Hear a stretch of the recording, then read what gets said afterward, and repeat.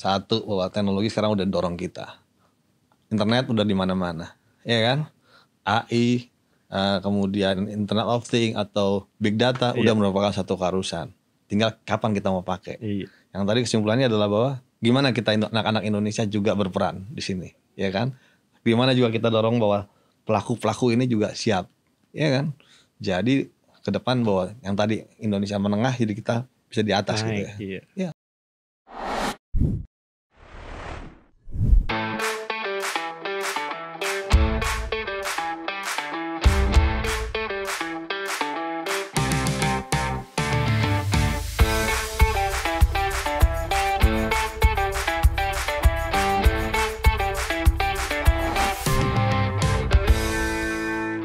Teman-teman, kita ketemu kembali di Revive Leader Startup Podcast. Mungkin sekarang kita bicarakan mengenai digital transformasi. Banyaklah orang bicara mengenai digital transformasi, terutama dalam masa pandemi ini. Bagaimana kita sekarang didorong untuk mentransformasikan pekerjaan-pekerjaan kita secara digital. Namun apakah sebenarnya kita benar-benar mengalami kebutuhan ini? Jadi saya kali ini kedatangan tamu internal Lintas Sarta, Senior Vice President untuk Industri Solution, Dani Lingga. Dan apa kabar? Aman Pak Aredamar. Aman. Pak Aredamar juga aman Pak? Saya mah aman-aman aja. Alhamdulillah. Kita udah lama gak ketemu ya? Setahun lebih kayaknya Pak ya. Udah hampir setahun lebih ya ketemu. Jadi gara-gara ini baru pertama kali kita makin gondrong. Kalau saya ngerasa saya makin gondrong nih Pak. Saya gara-gara pandemi di rumah, istri jadi bisa nyukur. Istri saya udah beli, nggak mau dia nyukur. Saya udah beli itu kan, udah deh cukurin ya, jadi kayak gimana terserah deh, bilang gitu. Akhirnya dia lama bisa jadi tiap bulan cukurin aja dah. Aduh, udah. Ya, dan kita kebetulan Dani kan nguasain teknologi nih. Tapi sebelum ngomong ke sana gitu ya, saya pengen dengar cerita si Dani gitu ya. Kurikulum vitae nggak tahu nih orang ada nggak kurikulum vitae dari bayi sampai SMA lah gitu. Sampai SMA. Jadi tinggal di mana gitu. Iya. Sampai SMA sebelum nanti menuju ke sekarang. Iya Dan. Saya tuh lahirnya saya di Palembang Pak sebenarnya. Jadi orang tua Palembang. Ayah Palembang ya. Ayah Palembang, ibu Palembang. Tapi saya di Palembang cuma 5 tahun. Cuma dari 79 sampai 84. Jadi kalau misalnya ditanya kampung halaman di mana, saya akan bilang Bengkulu sebenarnya, kampung halaman. Saya gedenya di Bengkulu dari 84 sampai 94, 10 tahun. Tapi kalau ditanya orang mana, saya sebenarnya mau bilang orang Jakarta, karena di Jakarta udah 20 tahun. Kenapa nggak bilang Indonesia aja? Harusnya Indonesia Pak ya, bener juga. Bengkulu 84 sampai 94 itu saya SD sampai SMP di sana. Ya kebetulan Bengkulu itu kan kotanya termasuk ini ya, tidak terlalu gede, tidak terlalu rame kotanya. Nah, ayah saya itu dokter tentara. Nah, ayah saya itu walaupun dokter tentara, hobinya tapi elektronika Pak. Jadi buku, ngoprek radio, ngoprek itu semua dia hobi. Nah, sewaktu-waktu nih lagi ada tugas nih pendidikan ke Jakarta, ya kan? Ayah saya dari Bengkulu ketemu di pendidikan di Jakarta, teman-temannya mainan itu canggih-canggih Pak. Tahun 89, saya ingat banget 89. Itu lagi, mungkin Pak Arya masih ingat ya Pak ya, zamannya PC yang XT dulu yang lama itu kan Pak ya. Nah, ayah saya itu baru pertama kalinya ngelihat komputer tuh pada waktu itu. Dan dia ngerasa minder. Ngerasa minder sama teman-temannya, karena teman-temannya udah ngomong masalah itu kan. Kamu pakai apa main ini Pak? Gitu kan. Pulang nyampe Bengkulu pesen komputer, nggak mau kalah gitu kan, pesen komputer. Jadi saya kelas 5 SD saya diajarin coding sama ayah saya diajarin coding tuh kelas 5 SD. Saya udah, ngapain sih kita belajar begini, udah belajar nih, ini masa depannya di sini nih, teknologi itu akan di-drive dari sini, belajar gitu. Masa kecil saya di Bengkulu tuh akhirnya saya agak beda dikit sama teman-teman. Kalau teman-teman tuh mainnya Nintendo, kemudian seperti itu. Saya mainnya tuh PC dan coding di sana. Bagus juga tuh. Saya pertama-tama PC bukan main coding, mainin game gitu. Ada load runner apa segala macam ya. Udah Digger Pak, digger. Saya itu mungkin Pak Arya masih ingat ya, Lotus 123. Iya. Di BS3 Plus ya kan, Fox Pro dulu kan. Nah, itu makanan saya dulu. Terus itu kalau dibilang ya karya terbesar saya pada waktu itu adalah bikin seperti kayak sistem informasi untuk praktek dokter ayah saya. Jadi supaya laporannya tiap bulan berapa pasien masuk, berapa pasien keluar, tercatat otomatis. Oh, kayaknya bangga banget dulu bisa bisa bikin seperti itu tuh, bangga banget gitu. SMP itu sampai SMP seperti itu. Nah, SMA saya ke Magelang. Ke Magelang saya di Taruna Nusantara, kuliah lanjut ke ITB, habis itu udah nggak pernah lagi tuh pulang ke Palembang atau ke Bengkulu, udah nggak pernah lagi. Dapat jodohnya juga di Bandung gitu. Bandung. Jadi urusannya ada urusan dengannya juga ya. Karena ayah dokter tentara, sekolah di Taruna Nusantara ya. Paksa yang sana kan. Di push waktu itu didorong. Tapi kita begini, nggak apa-apa. Jadi saya dari umur 14 tahun tuh udah ninggalin rumah sebenarnya. Sendiri ya. Sampai sekarang saya udah SMP, SMA ya sampai ini. Sampai di situ. Kuliah di mana? Saya di Informatika ITB. Oh, di Informatika. Cocok dong ya dari awal. Iya. Itu menarik juga Pak sebenarnya. Jadi pada waktu itu karena anak-anak Taruna Nusantara itu kan memang punya, kadang saya mau Akabri, masuk Akabri gitu Pak ya. Saya juga daftar itu Akabri. Malam sebelum akhirnya berangkat, saya mengundurkan diri Pak. Saya mengundurkan diri karena nggak enak gitu, feeling nggak enak gitu kan, feeling nggak enak. Saya telepon ayah saya gitu kan, Pak, gini, kalau kamu nggak yakin jangan masuk tentara. Tapi nanti gimana? Nggak usah pikirin, kalau emang nggak yakin jangan masuk tentara, kamu harus yakin. Ya udah, yakin gitu kan. Udah deh, saya yakin untuk tidak, itu bukan jalan saya coba jalan yang ini. Ya akhirnya sampai di sini gitu. Mengerjakan sesuatu yang kebetulan yang dari kecil tuh sudah hobi gitu kan. Saya baru pertama kali orang ketemu ini loh. Karena biasa orang sekolah SMA berusaha punya cita-cita gitu ya, baru masuk gitu. Ya kan? Wah, masuk sesuai cita-citanya. Ada juga yang gak sesuai cita-citanya. Kalau saya termasuk yang gak sesuai cita-citanya. Apa gimana, ikut aja lah gimana. Cita-citanya dulu apa? Gak ada cita-cita apa. Begitu masuk, apa dulu ya? Wah, yang bagus sekolah apa waktu itu? Kebetulan waktu di dulu kan masih Sipan Maru ya. Yang tinggi UI, ITB. Udah deh masuk ITB. Begitu ITB kan tingkat 1 bersama kan? Iya. Iya kan? Terus pilih tingkat 2, apa? Yang paling tinggi apa? Oh, elektro. Ikut elektro aja. Pada damar elektro. Elektro aja. Jadi saya bilang, saya tuh kemana ya? Jadi begini tapi. Nama jalan hidup Pak ya? Jalan hidup. Ya hobinya sekarang masih coding? Saya kalau boleh jujur ya, akhirnya saya masuk lintas Arta itu kan 2002. 2002 saya masuk di IT internal ya, sesuai kan ya, coding apa segala macam gitu kan ya. Kalau mungkin masih ingat Pak, kalau kita mau login ke aplikasi itu kan ada yang namanya SSO itu kan. Nah itu titipan saya tuh saya nulis inisial saya di sana Pak, MDL. Sampai sekarang masih ada. Itu dari 2000 ya, namanya programmer gitu Pak ya, suka meninggalkan jejak untuk kepuasannya seperti itu. Nah, di 2011 itu terakhir kali saya megang yang namanya coding. Untuk pekerjaan tuh saya 2011 terakhir. Karena akhirnya beralih ke arah teknologi, mulai megang yang namanya cloud, data center dan lain-lain. Akhirnya ke sana gitu kan. Coding tuh terakhir kali saya coding itu cuma pada waktu itu ada game online yang saya senang mainnya. Terus ini kalau mainnya manual rada lama dan membosankan, akhirnya saya bikin botnya sendiri supaya bisa maju lebih cepat, naik level lebih cepat. Gitu. Itu terakhir kali saya coding Pak. Sampai sekarang akhirnya. Bagus ya, jadi coder, kemudian sistem analis. Jadi masuk ke dalam teknologi. Teknologi sekarang, teknologi lebih ke arah teknologi sekarang. Gitu. Jadi sekarang kan di industri solution. Iya. Kira-kira menarik gak Dan?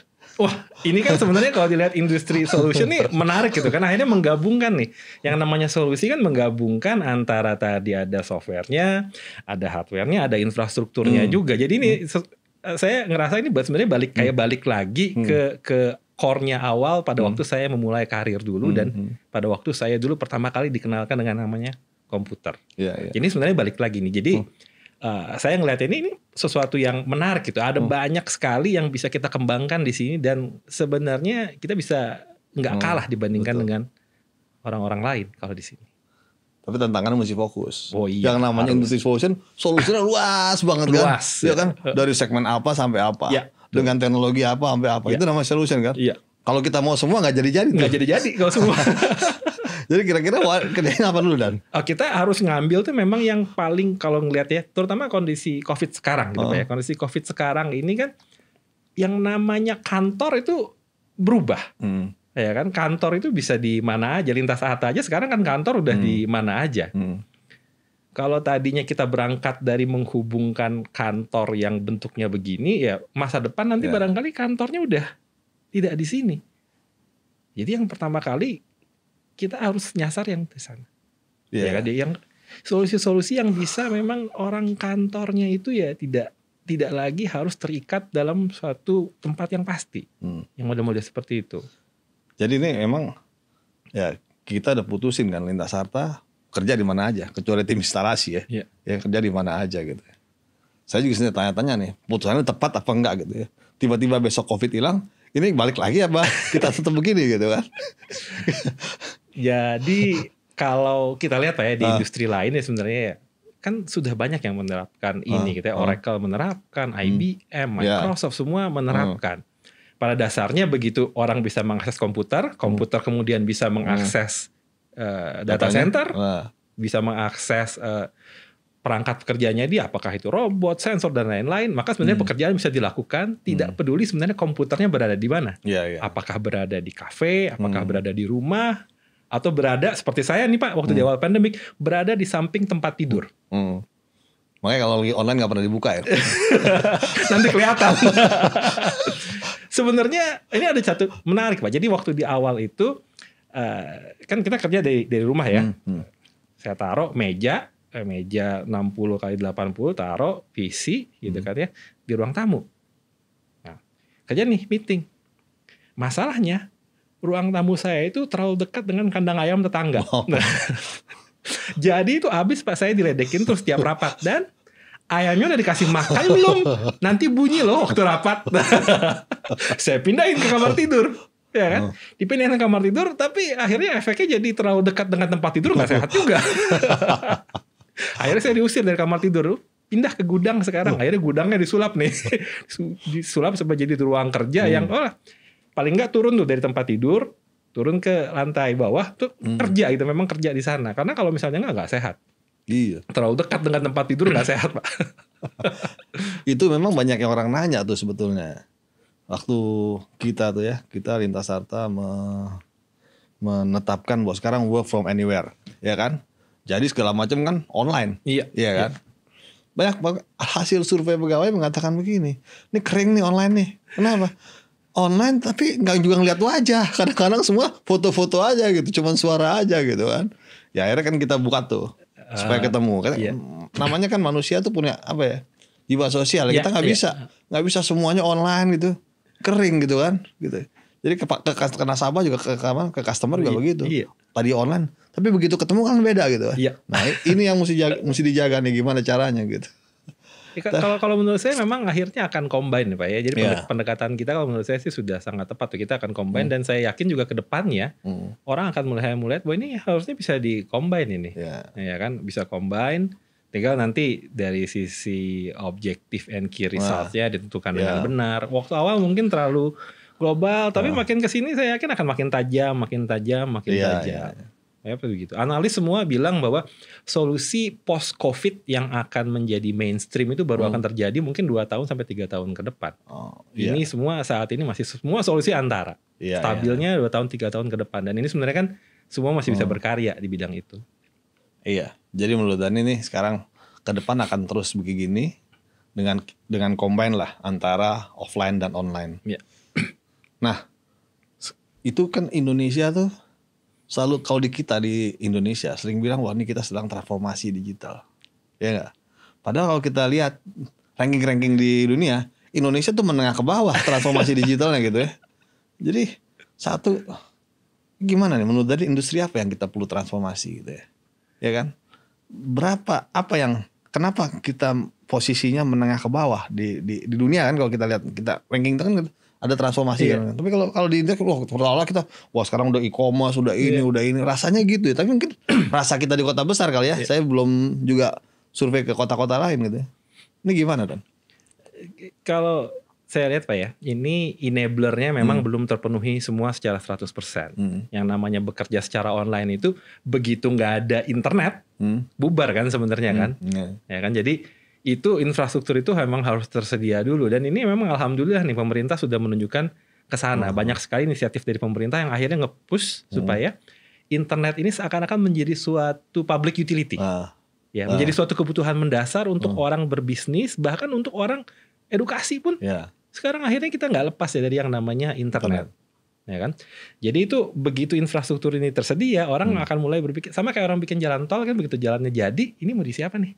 Nah, ya kan? Nah ini nanti mulai nih, begitu jalannya ada, sekarang penumpangnya paling orang meeting online. Nanti kan barangkali bukan meeting online nih Pak, ngontrol robot buat buat ekskavator mungkin bisa dari rumah kan? Koneksinya sudah ada, robotnya sudah dilengkapi, dia bisa nyabut pohon, bersihin, semua dari remote. Jadi menurut saya yang pertama-tama adalah infrastruktur dulu tuh. Infrastruktur ini jadi, baru kemudian teknologi-teknologi terapannya akan mulai masuk. Dan ini pasti semua industri nih, ya kan? Kita lihat mulai dari healthcare ada, dari mining ada, tilang elektronik itu juga kan sebenarnya online. Dari government juga online sekarang, dan itu bisa diterapkan dan jalan. Jadi saya yakin ini berikutnya yang namanya digital transformation akhirnya bukan cuma jadi proyek awal tahun aja nih, ya kan? Orang akan mulai, saya mau digital transformation dari yang ini dulu target antaranya, ya kan? Hambatannya A B C D F, A-nya kita hilangin dulu hambatannya, internetnya kita bikin jadi begini dulu, orangnya nggak mengerti, orangnya kita didik dulu, teknologinya terlalu mahal, kita cari yang efisien. Saya yakin akhirnya ini akan makin cepat nih yang namanya transformasi digital. Sehingga kalau misalnya dilihat nanti mungkin ya 2022 itu Indonesia udah nggak akan serendah itulah dari sisi adopsinya. Kita akan naik pasti. Karena kita kan pelaku-pelakunya tuh. Jadi kita pengen kita termasuk harus kita mendorong ke atas gitu kan. Jadi kalau lihat tingkatan di sini ya gitu. Pemanfaat teknologi itu sampai mana nih ya? Kita lihat tadi kan mulai dari internet gitu. Dari internet udah ada IoT. Sekarang ada cloud segala macam. Kira-kira sekarang yang udah percaya sama cloud gimana? Terus percaya sama kapan yang mulai IoT gitu kan? Tadi ngomong masalah big data untuk urusan polisi gitu kan? Bukan video analitiknya dia kan gitu kan? Dia mana? Jadi dia bisa ditilang, dia bisa tahu kalau papan pakai seatbelt atau enggak. Begitu difoto, ini nggak pakai seatbelt, langsung foto nomor polisinya langsung on. Gitu kan? Udah jadi ketahuan semua kan sekarang gitu. Jadi gimana nih? Kira-kira menurut tadi kalau lihat-lihat pengalaman gitu ya, shifting dari B2B terutama B2B perusahaan-perusahaan gitu ya, mulai dia percaya sama cloud. Tadinya kan cuma data center, cloud, terus kemudian masuk ke aplikasi, apalagi urusan industri solution. Kira-kira gimana? Ya kalau kita berbicara cloud ya, kayak yang paling sekarang udah umumnya. Cloud itu ada yang bilang bahwa cloud it's other people's computer. Resource punyanya orang lain. Kalau kita memanfaatkan resource-nya punya orang lain, selalu ada ininya kan ya, selalu ada efeknya. Kita harus trust dengan orang yang punya resource-nya, kita harus trust dengan barang yang dipakainya, kita juga harus siap untuk bayar yang barangkali agak sedikit lebih mahal dibandingkan kalau kita investasi. Tapi kan ada keuntungannya juga kalau kita pakai barang punya orang lain. Kita nggak harus bayar full. Saya mau pakai cuma kalau saya butuh aja. Ya kan? Saya nggak perlu siapin orang buat maintenance-nya, itu tanggung jawab dari orang yang punya resource. Nah, kalau saya mengamati Pak, ini driver terbesarnya memang dari sisi harga human capital yang ada di Indonesia. Ya kan? Ini berbanding lurus dengan tingkat pendidikan. Tingkat pendidikan makin tinggi, harganya juga akan makin tinggi. Dan ini memang kita harapkan. Akhirnya, karena harga human capital makin tinggi, enterprise akan fokus ke core bisnisnya, ya kan? Buat apa saya melihara yang spesifik, tapi hanya scope yang sebenarnya support. Ya dia enterprise isu bisnisnya aja, masalah bisnisnya IT segala macam serahin orang lain gitu. Tiga. Nah, tapi kan untuk bisa mempercayai pihak ketiga tadi juga butuh proses. Pihak ketiganya siapa? Saya trust nggak sih dengan pihak ketiga? Betul. Nitipin anak aja kita cek latar belakangnya gitu kan? Nah ini nih yang memang masih PR nih, gitu. Bagaimana membangun trust, ya kan? Terutama sekarang security nih, IT security kan. Nah ini jadi salah satu berikutnya nih Pak. IT security itu memang harus dibangun supaya pihak ketiganya itu akhirnya dipercaya bahwa aman. Kalau saya letakkan core bisnis saya di sana, itu bukan cuma jalan tapi juga aman. Mungkin Pak Damar udah ini ya, ada berita kemarin Apple itu kan sempat kena ransomware, Pak. Karena pihak ketiganya dia kebobolan, kemudian desain terbaru MacBook dan iPad-nya akhirnya bocor. Kemudian hackernya ngancam, yuk bayar $50 juta, kalau enggak ini saya lempar ke kompetitor. Nah, kan? Jadi akhirnya pihak ketiga ini memang harus benar-benar memberikan trust kepada orang yang Ya, betul. Itu kalau menurut saya ini kita akan semakin mature, kita akan semakin maju. Mulainya bisa dari pelan-pelan dulu. Yang penting maju. Kalau enggak ya ketinggalan. Kita harus maju. Jadi kalau mimpi ke depan ya, kayak kita sebagai pemegang punya handphone ya, kita kan nggak bikin aplikasi sendiri di handphone. Aplikasi semua punya orang gitu ya. Iya. Kita download mau pakai aplikasi database, mau aplikasi apa deh, lari, olahraga dan segala macam, foto dan segala macam, aplikasinya tinggal download aja kan. Jadi kemungkinan nanti industri itu kalau udah trust, yang namanya aplikasinya dikasih ke pihak ketiga. Iya. Ya kan? Kasih pihak ketiga, jalaninnya tinggal, saya mau bisnis apa? Oh ada di situ, tinggal jalan gitu ya. Ya kan? Kayak misalnya contoh bikin, saya mau bikin fintech nih, ya kan? Fintech, wah ada tuh aplikasinya udah pakai. Tinggal kasih logo aja, logo perusahaan gitu, selesai. Sesuaikan dengan bisnisnya. Cari customernya, dia tinggal pakai. Iya. Jadi ke depan akan lari ke situ. Jadi memang ya nama cloud, kemudian solusinya itu akan mudah. Semudah sekarang orang pakai handphone. Gitu kan? Ya kan bayangannya gitu. Jadi namanya industri udahlah gitu kan. Ya memang menarik gitu. Jadi yang lebih menarik lagi, pertanyaan saya kan gini. Kalau begitu ya Indonesia mesti siapin apa gitu. Ya kan? Jangan kemudian aplikasi dari semua download dari luar semua kan gitu kan. Satu itu. Yang kedua, kan ada pekerjaan yang berubah. Ya kan? Orang-orang yang pekerjaan berubah. Saya dulu contoh ya, waktu diterapin waktu jalan tol pakai kartu elektronik. Dulu tanpa kartu elektronik kan orang ada yang petugas ya kan. Kan kasihan juga dia menghirup udara kotor dan segala macam gitu. Tapi kemampuan dia kan cuma segitu. Ya kan? Begitu diterapin nanti hilang pekerjaan dia. Nah, ini kan harus dididik. Sama kayak sekarang kita e-commerce. Tiba-tiba yang namanya toko-toko, wah, kita udah online aja semua. Mau nggak mau yang penjaganya kan tergantikan kan. Nah ini juga menjadi PR kan. Apakah tergantikan secara alamiah? Tiba-tiba sekarang karena mudah online saya jualan dagang di rumah bisa masakan. Kalau dia punya kompetensi pemasak ya, kalau nggak kan susah gitu ya. Nah ini yang jadi tantangan nih sebenarnya. Gimana tuh? Contohnya tadi ya, misalnya orang masuk tol digantikan dengan kartu tinggal tap. Tapi sebenarnya Pak ya, kalau teknologi untuk tilang elektronik diterapkan di pintu tol, bahkan nggak perlu yang namanya orang tap. Tinggal dibikin speed limitnya supaya pelan, dapat dari kameranya, kita bisa langsung tahu ini mobilnya siapa, lewat dari masuk dari mana, keluar dari mana juga udah ketahuan kan. Udah nggak perlu lagi tuh tap. Tinggalnya nanti tagihannya keluar tuh tiap bulan. Udah iktp jadi satu, database terintegrasi dengan database mobil, udah tinggal dikirimnya tagihannya. Betul. Ya, saya dulu waktu KTP saya bilang, wah ini kalau di KTP enak nih. Di rumah tiba-tiba ada yang maling gitu ya. Wah, ada sidik jarinya. Tinggal dipinggir aja. Si ini.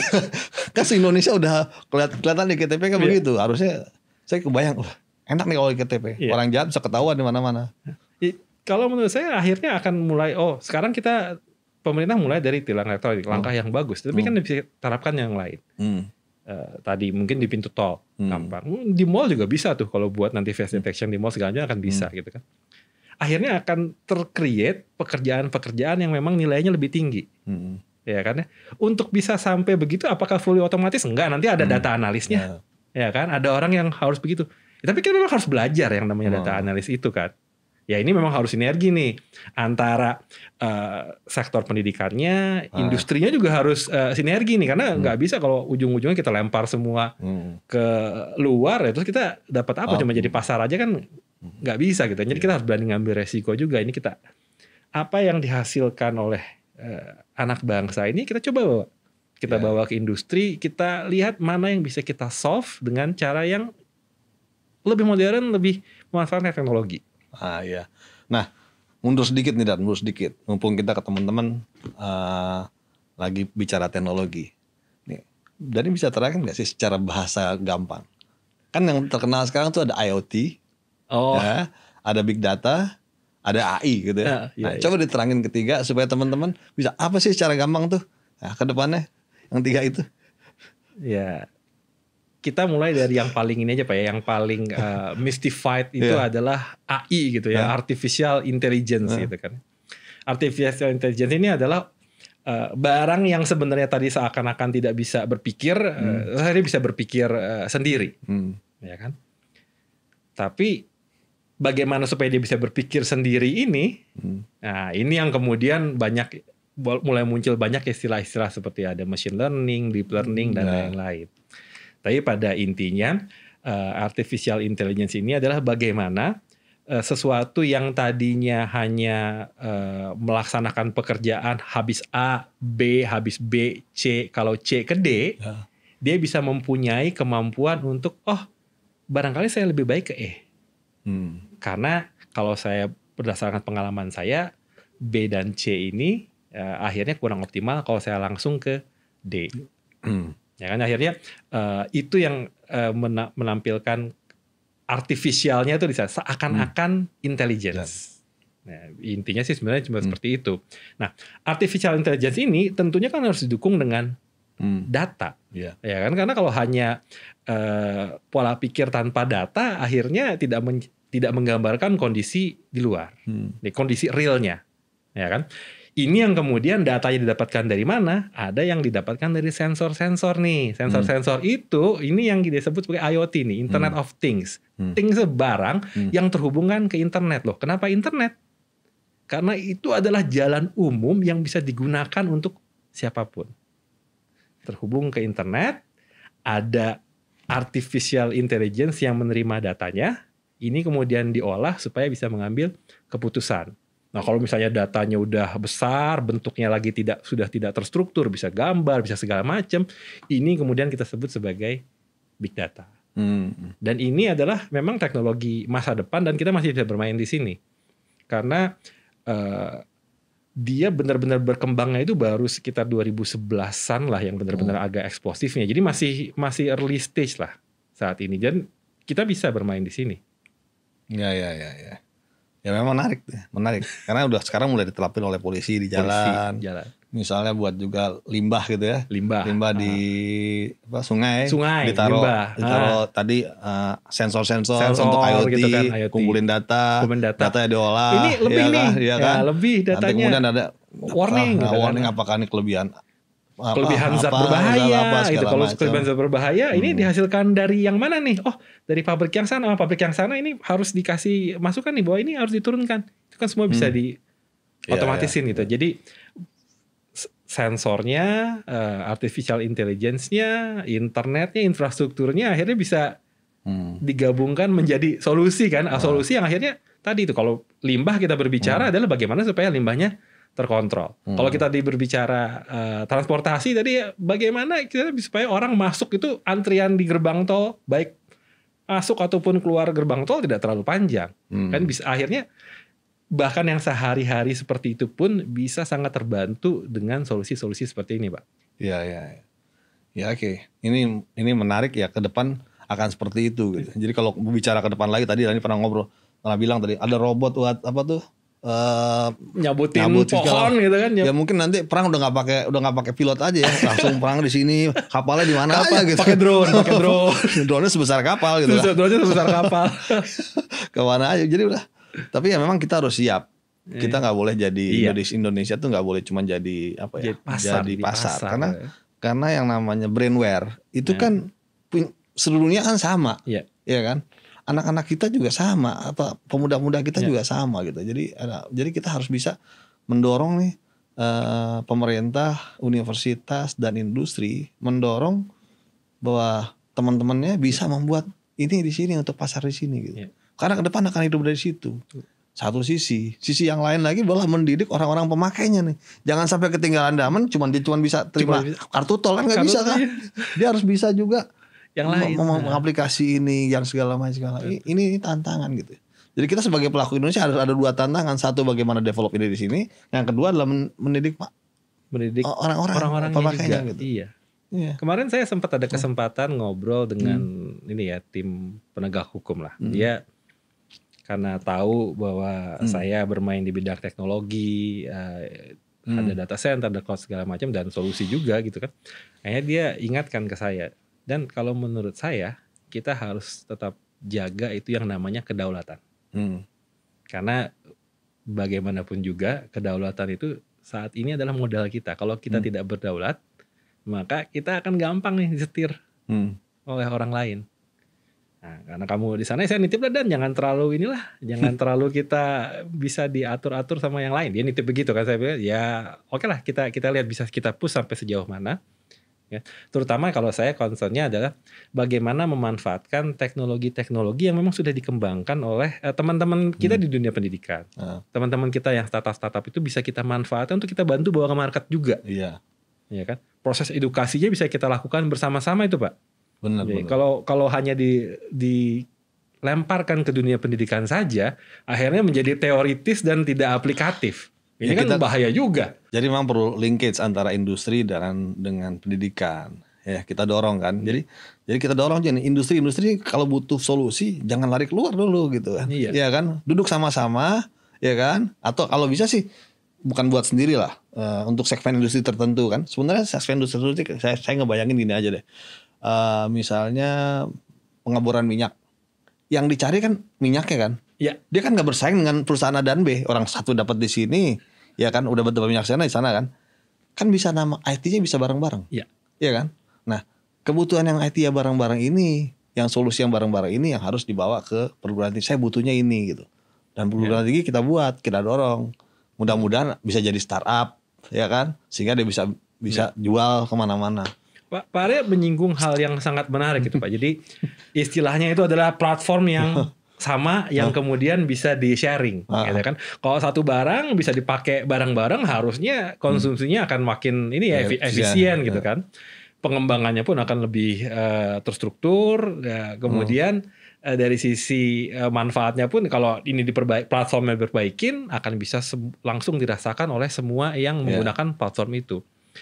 Kalau menurut saya memang dunia akan mengarah ke sana, Pak. Ya kan, kalau di government aja kita lihat contohnya. Government itu kan hampir semuanya departemen ini bikin apps buat yang ini, gitu kan. Nanti buat yang wisata bikin apps lagi buat yang ini, buat pajak bikin lagi dari sini, buat bikin semuanya, buat ngelapor bikin apps sendiri. Ini pasti kalau menurut saya ini akan menuju ke satu platform yang mungkin super apps. Iya. Ya kan, kalau kita mau wisata di suatu daerah udah ada di situ petanya, mau pesan tiket dari sana, mau bayar dari sana, mau ngelapor kalau misalnya nanti di sana ada ini ada pelayanan yang nggak benar, bisa ngelapor dari sana juga. Mau digabungkan dengan cek pembayaran pajak juga bisa. Itu kalau kita berbicara government. Daripada bilang bahwa untuk yang mining juga ada. Gitu kan ya. Satu gali di sini, satu gali di sini. Tapi kan yang mengatur supaya ekskavatornya berjalan secara efisien harusnya kan nggak apa-apa juga ya sebenarnya di sharing ya. Bener. Karena dulu saya sebelum lintas startup kan dulu di Arta Jasa ya. Bicara ATM bersama. Bicara ATM bersama dulu pada nggak mau tuh. Ini kan bukan suatu yang kompetitor, saya bilang. ATM itu kan bukan yang buat satu nilai lebih dibanding yang lain.